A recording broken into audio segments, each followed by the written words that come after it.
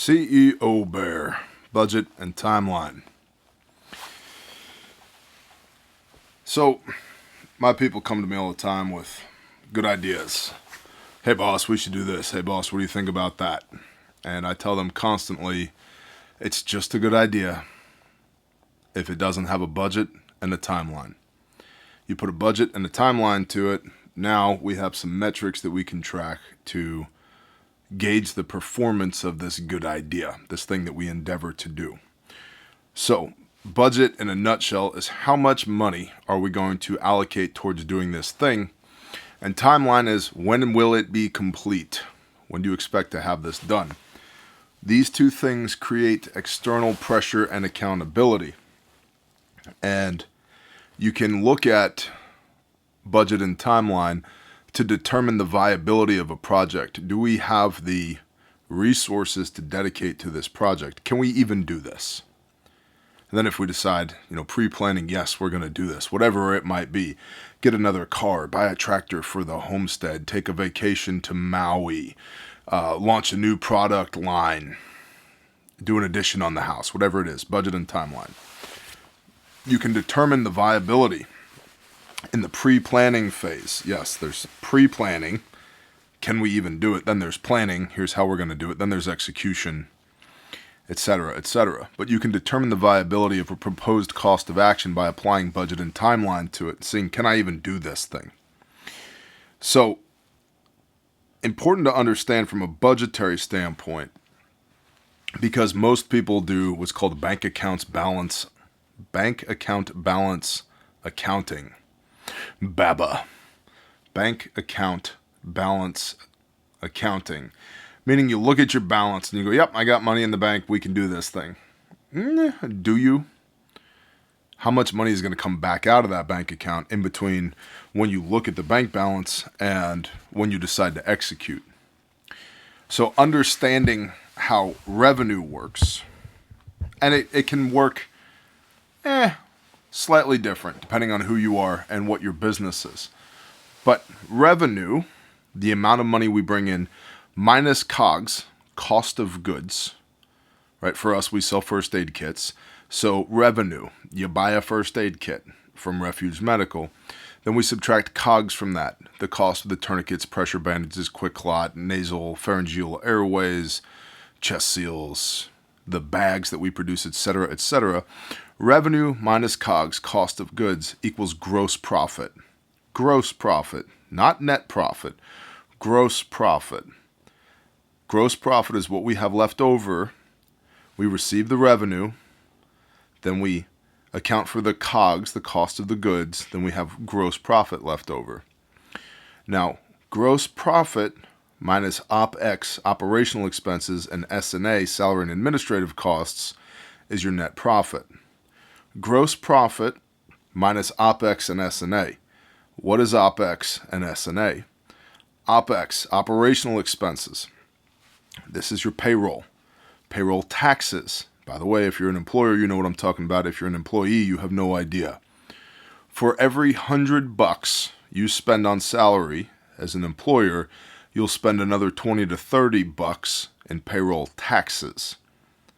So if you have $10,000 payroll this week, like that's what you're paying out to your employees, you actually have a $13,000 payroll cost because of contributions, state and federal, Social Security, etc., etc.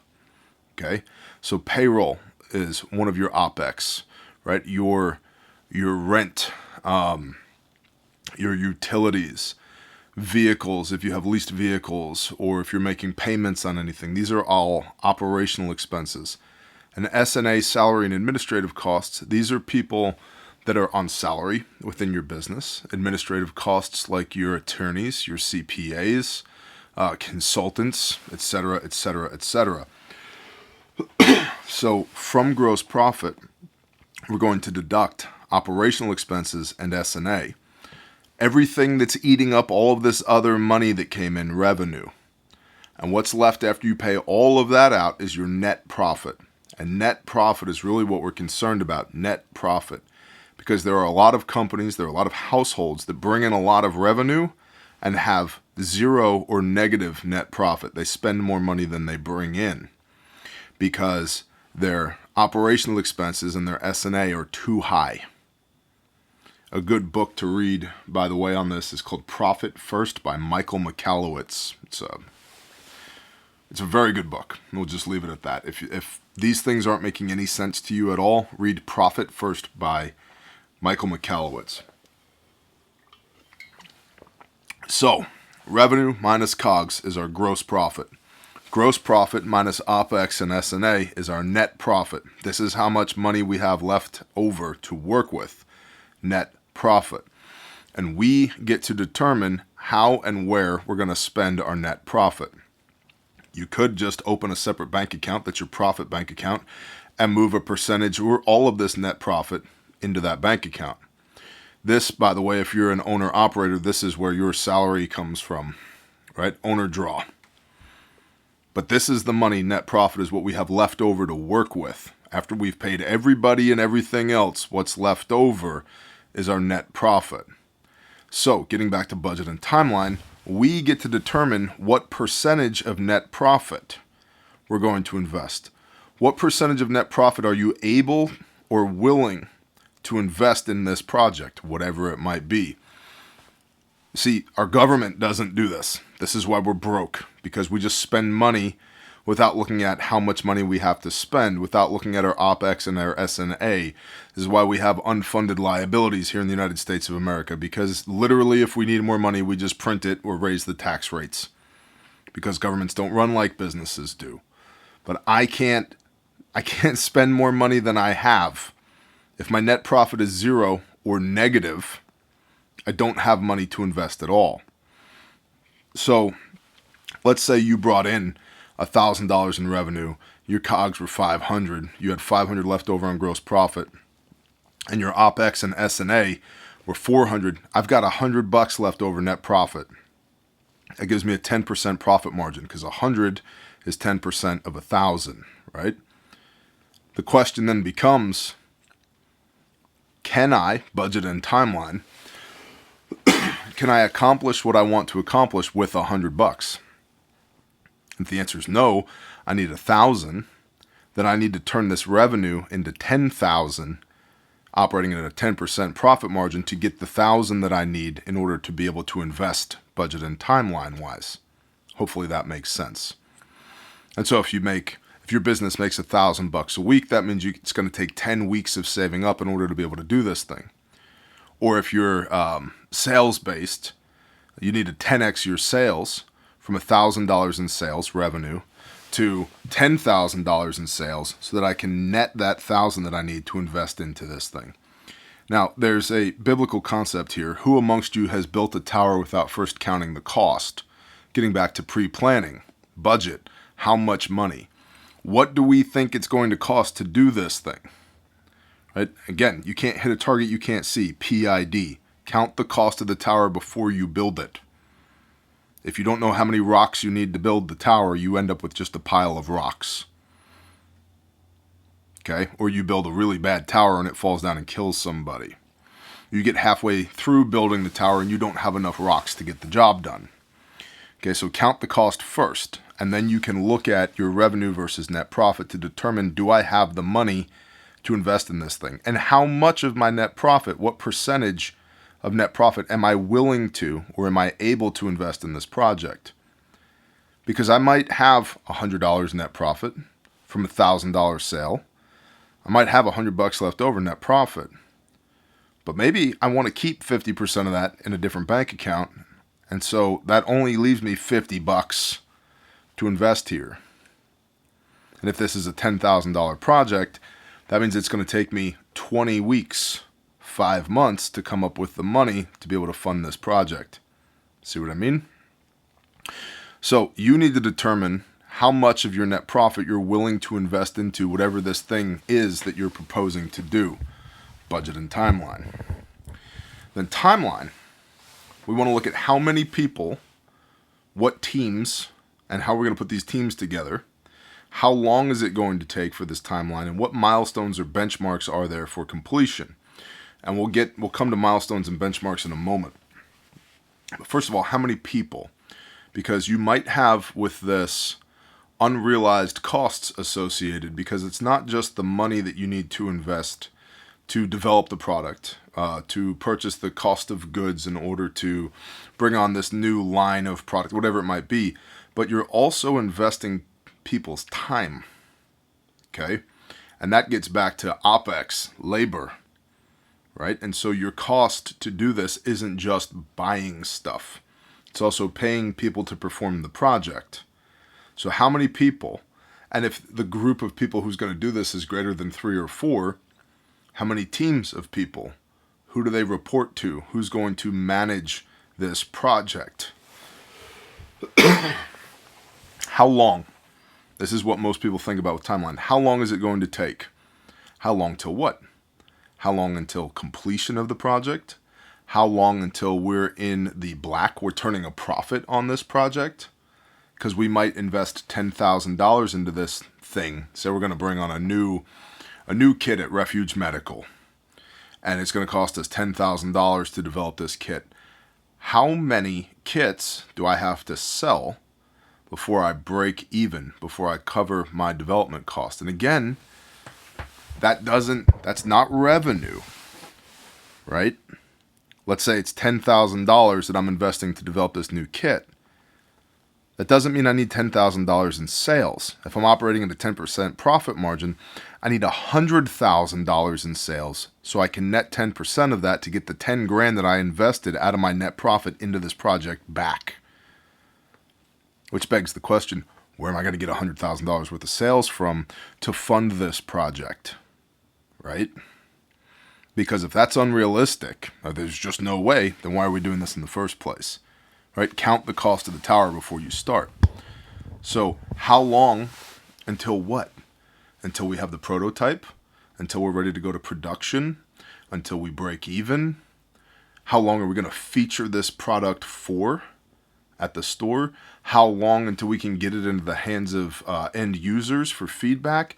How long until we can put together a marketing campaign with influencers and social media? How long for what? Because there's a lot of different how longs. And then if you look in like the service industry, on larger projects, you'll have milestones and benchmarks. And this is important because we want to be able to gauge success, and we want to make sure that people are staying on the path of completion with this timeline to get things done. So what does a 20% complete milestone look like? 40%, 60%, 80%, 100%. And why is that important? Because let's say you're doing an addition, you're a contractor and you're doing an addition on my house, and we write up a contract. You need the cash flow, right? Let's say it's going to be $100,000 for this addition on my house. Do you want to do all of the work and then get paid 100 grand at the end? No, you're going to have a payment schedule based upon milestones or benchmarks.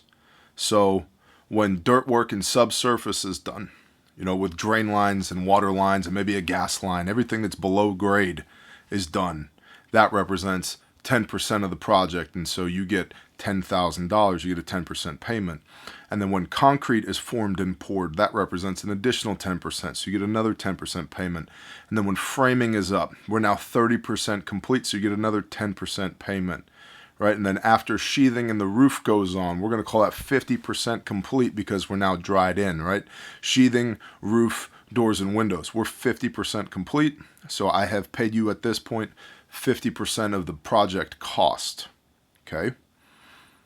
And then plumbing and electrical roughed in. Okay? And insulation. Yup, another benchmark. And then drywall and texture. Yup. And then electrical and plumbing finish, yup, and then paint, flooring, etc. Okay, and trim work. When the trim work's done, we're done. We agree we're done, and that represents 100% completion, and by that point you will have been paid 100% of the project cost. So depending on what you're doing, you need to establish milestones and benchmarks contractually, or for your own internal accounting to see this team, these people, and this money that we've invested in this course of action, how far along are we? Well, we figured it would be a 3-month-long project to get this done. We're 6 weeks in and we're only 20% complete. Well, at 6 weeks in, we should be 50% complete. Where's the hang up? See, establishing milestones and benchmarks also creates pressure and accountability so you can diagnose in real time where do we have problems.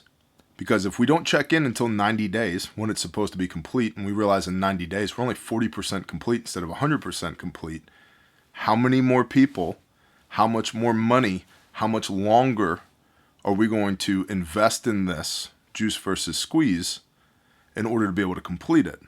Do we even have the revenue to generate the net profit at 90 days at 40% complete to continue this project to completion? Or do we cut our losses and turn tail and run? Super duper important. I have a little note down here. It always takes more time and money. I have a background in project management, and by and large, I'd say more than 80% of the projects I've done have been done on time and on budget. But unfortunately, most of the people that I've had perform projects for me, it always takes more time and money. And part of that comes back to maybe a lack of ability to estimate appropriately how much revenue, how much time it's going to take in the first place. And so on the planning end and pre-planning end, when people are saying, all right, boss, I think we should do this, whatever this is. And I say, how much you think it's going to cost? I say, it's going to cost $10,000. How long is it going to take? It's going to take 4 weeks. I, in my mind, add 50% on top of that, just from jump. So they say 10,000, I'm planning for 15. They say 4 weeks, I'm planning for 6 weeks. I'm managing that expectation in my own mind. Now, if they get it done in 4 weeks for 10 grand, I'm happy because I was expecting it to take 6 weeks and cost me $15,000. But if they don't, they now have a grace period of $5,000 in 2 more weeks to get this project done that I was already planning for. So for my own reasons, in my mind, I always pad the timeline and budget with a little bit more time, a little bit more money. Depending on the scale of what people are talking about, I could double it. It's going to take 10 grand in 4 weeks. Okay. Best of luck. And in my mind, I'm thinking 20 grand in 8 weeks, 2 months to get this done. And then as I'm checking in with them day to day, week to week, how long? Where are we? Have you hit your milestones? How much of your budget have you burnt? Et cetera, et cetera. Oh man, boss, it's bad. We're 3 weeks in. We spent 3/4 of our money already, and we're only 50% done. Okay. Well, that means 6 weeks, 15 grand. If we continue on this trajectory, that's what I was planning for in my mind, right? And so the other thing with doing this budget and timeline is you can look back into the past on projects that you've taken on where you assigned a budget and a timeline to them. You can do an AAR, after action report, and see where did we fail? What bit us in the ass? What were we not expecting to deal with that we blew a bunch of time and money on? What did we learn from this so that we don't make those mistakes next time, so that the next project that we undertake, our budget and our timeline are more accurate, so we can get a better and better idea, a better and better estimate of what resources we need to allocate to do something like this again in the future. See, if you're a contractor and you mess up budget and timeline, typically you eat it. You eat it. The difference in between the cost and the price that you gave, that comes out of your pocket, generally speaking. From a business standpoint, if I'm internally developing a product, I have to come up with, if my team exceeds budget and timeline, even my own estimations in budget and timeline, I have to come up with more revenue up here. I have to produce more revenue so I can produce more net profit so that I can pay for the labor and the cost of goods to pour into this project to bring it to completion, so that hopefully I'm producing something that has some value to it on this investment. I'm getting a return on my investment for the time and money that's been spent to get us to this point. Because there's nothing that's more demoralizing, more disheartening than getting 80% done and having to wipe your hands and walk away from it. And what happens, that's called sunk cost. It's very difficult for people to walk away from sunk costs. Because if we're 80% done, but we're not done yet, generally speaking, 99 out of 100 times, people will pour that additional 20% in to bring it to completion because we've already sunk this much time and money already. We're already invested in for a penny and for a pound, right? Well, it's best to not get to that point in the first place, to not have to weigh sunk costs against opportunity costs, which comes back to budget and timeline, which comes back to planning. So, as you endeavor to do things out there in the world, whether it's business or personal, think about budget and timeline. How much money do I have to get this done? And where's that money coming from? And where do I get more when this costs more money than I thought it was going to? And timeline. What labor assets do I have to deploy against this? How long is it going to take to do this? And what do I do if it's not done in the amount of time allotted to it? Do I have the ability to pivot? Can I throw more time and money at this thing? Y'all been asking for another CEO Bear vid. Here it is. Budget and Timeline, CEO Bear. I appreciate you. Looking forward to your comments down below. Bless y'all. Shalom.